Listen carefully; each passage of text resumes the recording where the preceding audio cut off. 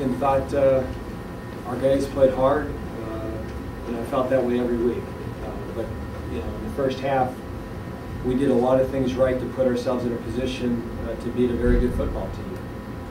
But we did not make some critical plays. And you look back at this game, and to me, there's probably about 4 or 5 plays. But you know, certainly the interception going in, the missed field goal, the fumble going in. There's 3 times that you have the ball inside the 20, and instead of scoring 21 or 17 points, you walk away with nothing.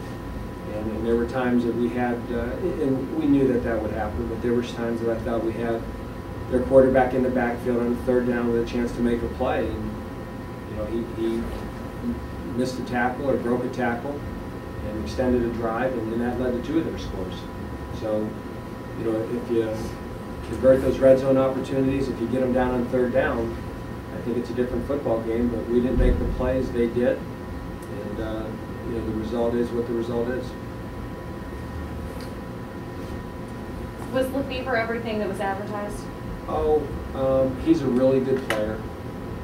You know, the wind conditions there made it very tough for 2 of the quarters to throw the football. You know, he probably had 1 quarter of running the offense with the wind. And our defense got some good stops that quarter. I really thought the key to this game was what team can drive the ball against the wind, and can your defense get stops when the other team has the wind. And you know, our defense made it 2 good stops when they had to win, but we gave up a long touchdown drive, you know, when they didn't have the wind.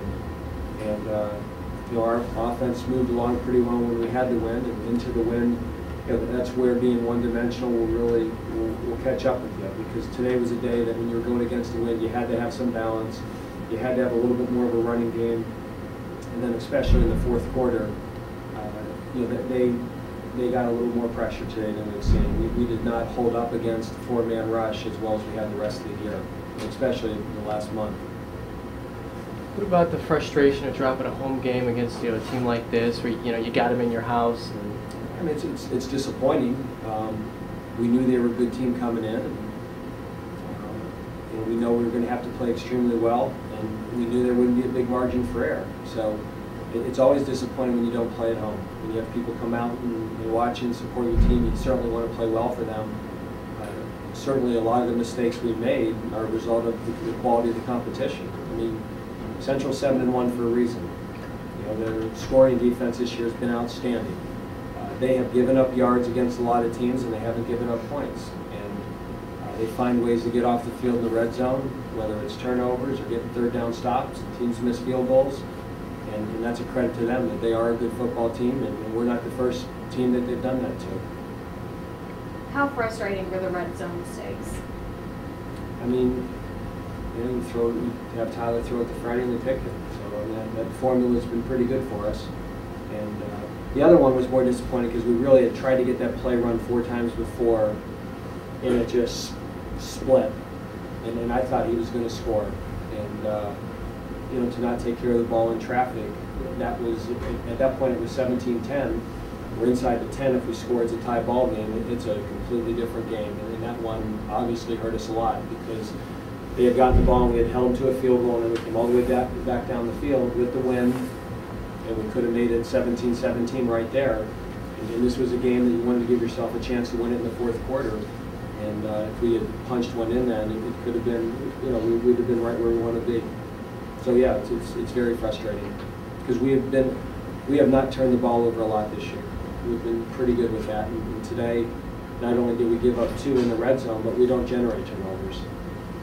We have not done a good job all year of you know, generating turnovers and causing fumbles and recovering and getting picks. And you know, there was 2 balls that got tipped today that it seemed like they hung up there for 5 seconds, and we don't get our hands around it. And to win a game like this, you had to make those plays.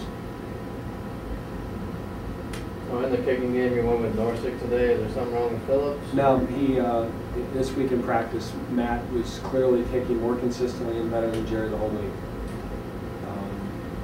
You know, the plan was to go with Jerry, and then Tuesday I thought Matt outkicked him. Wednesday he outkicked him. Thursday he outkicked him. And you know, if you're promoting competition in your program, you can't have a guy outkick somebody every day and then not give him an opportunity.